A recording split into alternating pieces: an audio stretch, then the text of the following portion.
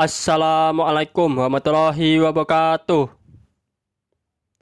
Selamat pagi, salam sejahtera bagi kita semua.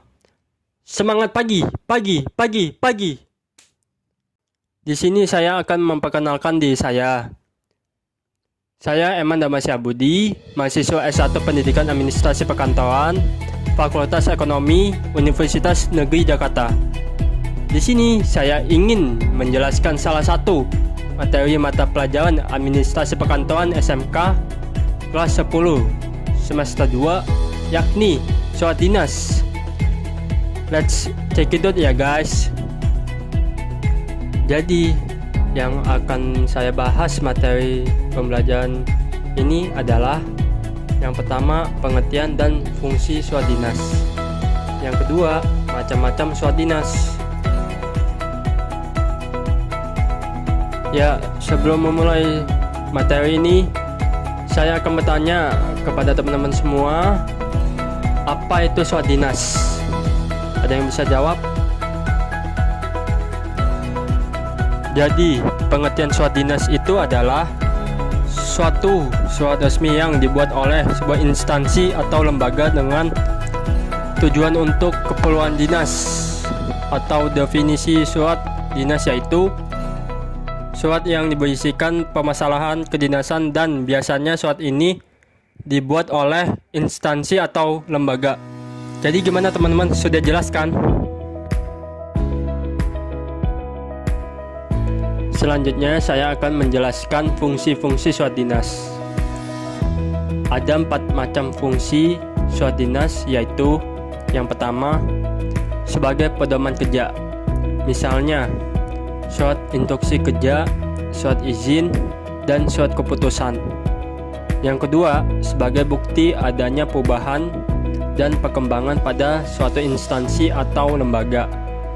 Yang ketiga, sebagai alat pengingat, baik kepada pemberi surat maupun penerima surat dinas tersebut. Itu sebabnya surat dinas harus selalu diarsipkan. Yang keempat, sebagai alat bukti otentik, terutama surat perjanjian. Berikutnya saya akan membahas macam-macam surat dinas. Surat dinas terdapat 10 macam, yaitu yang pertama, surat pemberitahuan. Surat pemberitahuan adalah jenis surat dinas yang isinya mengenai pemberitahuan yang ditujukan pada semua anggota lingkungan kerja agar mereka mengetahui suatu hal atau informasi tertentu terkait apa yang perlu diketahui. Yang kedua, surat undangan. Surat undangan adalah surat yang isinya berupa pemberitahuan yang bersifat mengharapkan kehadiran seseorang atau sekelompok orang agar dapat berpartisipasi dalam acara tertentu di tempat dan waktu tertentu. Contohnya, seperti surat undangan kehadiran rapat wali murid dan guru di samping. Yang ketiga, surat kuasa. Surat kuasa adalah surat yang isinya tentang pelimpahan wewenang dari seorang pejabat kepada seseorang atau pejabat lain yang dapat dipercaya untuk dapat bertindak mewakili orang yang memberi kuasa tersebut, dikarenakan orang yang bersangkutan tidak dapat melaksanakannya sendiri. Keempat, surat keterangan. Surat keterangan adalah surat yang isinya berguna untuk menerangkan tentang aktivitas seseorang atau sesuatu hal tertentu. Misalnya, surat keterangan tidak mampu di samping. Kelima, surat memo atau nota dinas. Surat memo disebut juga sebagai nota dinas. Surat memo merupakan surat khusus yang dipergunakan secara intern dalam suatu unit organisasi yang dilaksanakan oleh pejabat kantor dengan isi yang cenderung singkat. Keenam, surat edaran.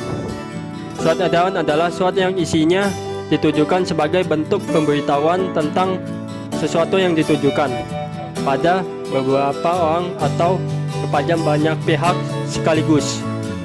Contohnya, surat edaran dari pemerintah dalam penanganan COVID-19 ini. Ketujuh, surat pengantar. Surat pengantar adalah jenis surat dinas yang dipergunakan untuk mengantar sesuatu dengan maksud agar orang yang menerimanya mengetahui maksud sesuatu yang diterimanya. Kedelapan, surat perintah. Surat perintah adalah jenis surat dinas yang dikeluarkan oleh suatu instansi atau pihak yang berada di posisi atau jabatan lebih tinggi yang ditujukan kepada pihak instansi yang lebih rendah agar bawahan tersebut dapat berbuat sesuatu atau tidak berbuat sesuatu sebagaimana dijelaskan dalam surat perintah tersebut.